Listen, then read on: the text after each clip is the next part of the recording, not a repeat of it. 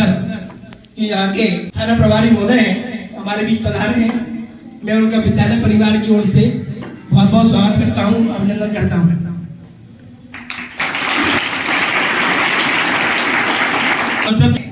कि कितनी विपरीत परिस्थितियां, विपरीत समय आज के दौर में चल रहा है।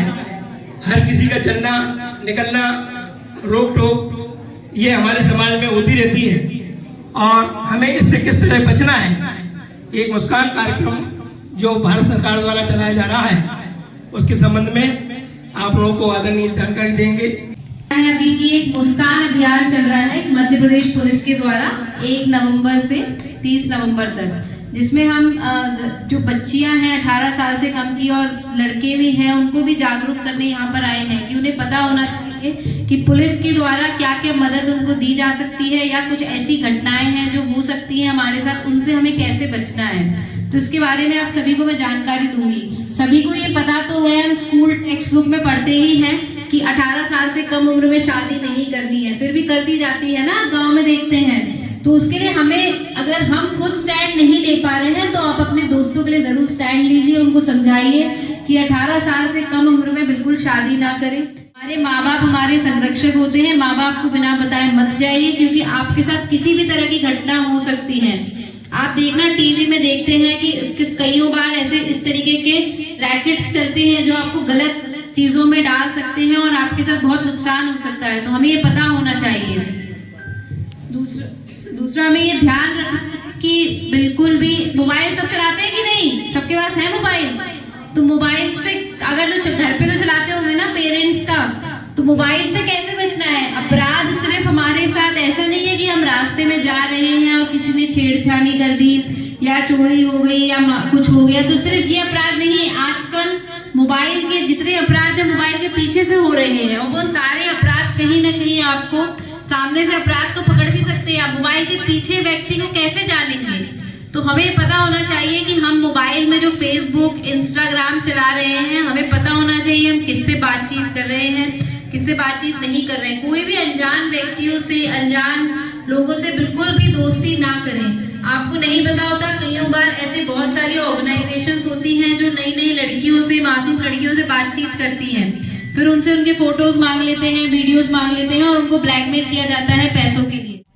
ठीक है, साइबर क्राइम की बात करें हम लोग, साइबर स्टॉकिंग पता है सब क्या होती है, किसी को पता है यहाँ? बहुत अच्छी बात है अगर तुम्हें पता है। नहीं, ये भी एक साइबर फ्रॉड ही है, पर साइबर स्टॉकिंग ये होती है जैसे कि अगर सपोज स्टॉकिंग मतलब क्या होता है, स्टॉकिंग मतलब होता है पीछा करना आपका, ठीक है, आपको देखना कि आप कहाँ जा रहे हैं। ये लड़कियों के साथ घटना बहुत होती है। साइबर स्टॉकिंग में आप फेसबुक इंस्टाग्राम से आपको पूरा देखा जाता है कि आपके दोस्त कौन है। अदरवाइज सोशल स्टॉकिंग से आपके पीछा इस तरीके से किया जाता है कि आपकी फोटो ले लिए जाते हैं, एडिटिंग करके आपको ब्लैकमेल किया जाता है, जिसमें कई बार सुसाइड तक करने की सोचते हैं लोग। तो ये बहुत रखना है, सुसाइड नहीं तो आपको पैसे मांगे जाते हैं, कुछ ना कुछ घर वालों से किसी ना किसी माध्यम से फिर पैसे मांगोगे, पैसे नहीं मांगोगे तो गलत उसमें पड़ जाओगे। लड़कों को उसमें ध्यान रखना है कि आप गेम्स खेलते हो ना, ऑनलाइन खेलते हो कि नहीं, तो हमें बहुत ध्यान, कुछ तो खेलते ही होंगे, सारे तो ऐसा नहीं खेलते, बट उसमें भी बहुत खतरा है, हमें बहुत ध्यान रखना है। अभी ही एक मेरे सामने एक पता चला है, 16 साल का लड़का है, इवन पुलिस डिपार्टमेंट में किसी परिवार में उसने सुसाइड कर लिया है, 16 साल के बच्चे ने। और उसमें समस्या क्या पता चली कि वो ऑनलाइन गेम खेलता था और उसमें पैसे के ऊपर लोन होता गया 3-4 लाख का लोन हो गया। अब घर वालों को कैसा बताया, उसने नोट भी डाल के गया है कि किसी को परेशान मत करना, मेरे ऊपर बहुत पैसे हो गए। अब ये बताओ कि अगर वो घर वाले शेयर करता तो क्या घर वाले उसको मारते क्या? चलो मार भी लेते, एक थप्पड़ पर उसका जीवन तो बच जाता। तो हम अगर पढ़ते हैं इस समस्या में तो बिल्कुल बताना है, अपने पेरेंट्स को बताओ, पुलिस को बताओ, तो हम जो मदद हो सकती है वो करेंगे आपकी। बट ऐसे स्टेप नहीं लेना है कि जिसमें जीवन ही आपका खत्म हो जाए। तो आपको ये सब चीजें ध्यान रखनी है, ठीक है। चलो अब आपको ये बताएंगे, डीएसपी हैं हमारे यहाँ पर, अभी नए नए थाना प्रभारी बनकर, ये आपको कुछ और जानकारी देंगे, तो उनका स्वागत करती हूँ और बाकी ऑल द बेस्ट। जो नंबर है वो पता है आप लोगों को क्या है? पता है किसी को? तो वो है 1930। 1930 में आपके साथ कोई भी साइबर संबंधी फ्रॉड होता है तो आप 1930 पे कॉल करके अपनी कंप्लेंट जो है उसको रजिस्टर्ड उसमें करा सकते हैं। दूसरा हेल्पलाइन नंबर पुलिस का क्या है? 112। ठीक है, पहले 100 डायल होता था, वो 112 हो गया है। तो आप कहीं भी जा रहे हैं, आप अकेले हैं, आपको ऐसा लगता है कि कहीं कोई खतरा है, कोई अनजान ऐसी स्थिति है, तो कभी भी आप 112 में कॉल कर देंगे तो पुलिस आपके पास कुछ ही देर में आ जाती है। ये दो चीज बहुत महत्वपूर्ण है। उसके अलावा मैडम ने बहुत सारी चीजें आप लोगों को बताई है और मैं फिर से कुछ चीजें रिपीट कर दूं, खासकर जो बालिकाएं हैं उनके लिए, कि देखिए पहले ऐसा होता था कि बालिकाओं की शादी बहुत जल्दी कर देते थे और जनरली ये सोचा जाता था कि ज्यादा क्या करेंगे पढ़ा के, नौकरी तो करना नहीं है, उनको तो घर संभालना है। पर अब चीजें बहुत चेंज हो गई हैं, लड़कियां भी बराबर लड़कों से आगे बढ़ के भी काम कर रही हैं, इसलिए पढ़ाई पे आप लोग बहुत ध्यान देंगे।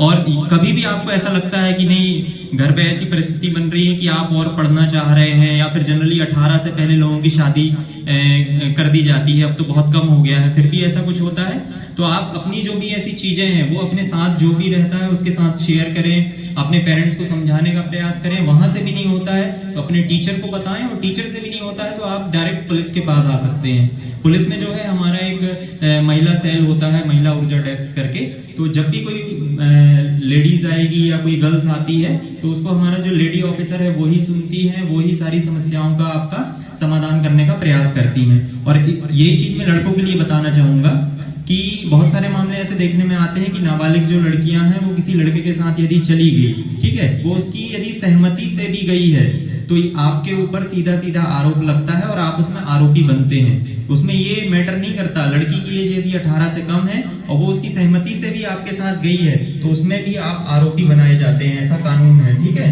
तो लड़कों को भी बहुत ध्यान रखना है और गलत संगत में नहीं पड़ना है, पढ़ाई लिखाई करनी है अपनी। और कभी भी ऐसा आपको लगता है कि कुछ आपके साथ ऐसी घटना हुई है तो उस चीज को इनिशियल स्टेज पे ही शेयर कर दे किसी के साथ, नहीं तो आगे चल के वो समस्या कहीं ना कहीं बहुत बड़ी हो जाती है।